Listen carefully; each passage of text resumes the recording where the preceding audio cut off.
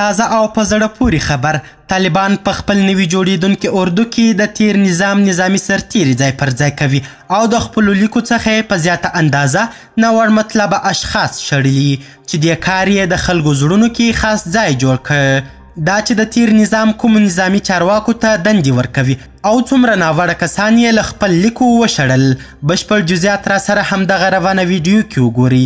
سلامونه قدرمنو لیدونکو، زموږ مشال پریس چینل ته ښه راغلاست. طالبان وایي په نوي اردو کې پخوانیو نظامیانو ته ځای ورکوو. طالبانو اعلان وکړ چې د دوی له لوري د نوي 11,000 نوي اردو د جوړولو کار په خورا چټکۍ سره روان دی چې ډیر ژر به تکمیل سي. د طالبانو د صفوفو د تصفیې کمیسیون مشر لطف الله حکیمي چې نن یې خبریالانو ته معلومات ورکول وویل د نوي اردو په رامنځته کولو بوخت دي او د دوی دولت د تیر حکومت هغه منصوبینو ته چې په جرایمو باندې ککړ نه وي هم ځای ورکوي.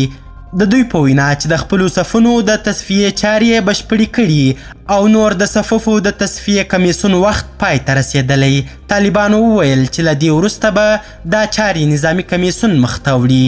د معلوماتو له مخې دوی تر اوسه پورې له 4.5 زیات ناوړ مطلوبه کسان له خپلو صفونو څخه ایستلي.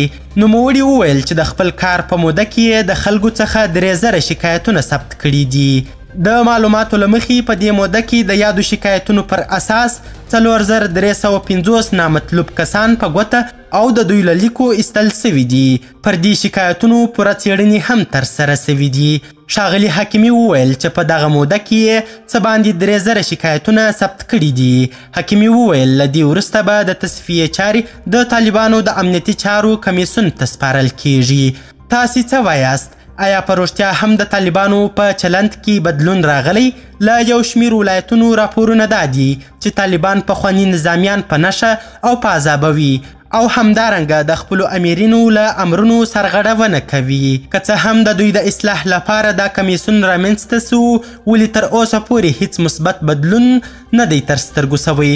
خلک هم د دوی د چارو څخه راضي نه ښکاري. طالبانو په زیات شمیر ولایتونو کې پر اعتراضونو بندیز لګولی او چې هر څنګه وي خپل مخالفین یې ځپلي دي. تر اوسه پورې له پخوانیو نظامیانو سره د طالبانو چلند تر دښمنۍ کم نه دی. طالبانو پخواني نظامیان زنداني کړي، شکنجه کړي او وژلي دي. قدرمنو لیدونکو، ډیره زیاته مننه چې ویډیو مو تر اخري شیبه وکتل. د لا زیاتو او په زړه پورې خبري مطالبو لپاره زموږ همدغه مشال پریس یوټیوب چینل سبسکرایب کړئ. تر بیا او بلې ویډیو ښه وخت ښې چارې د الله په امان.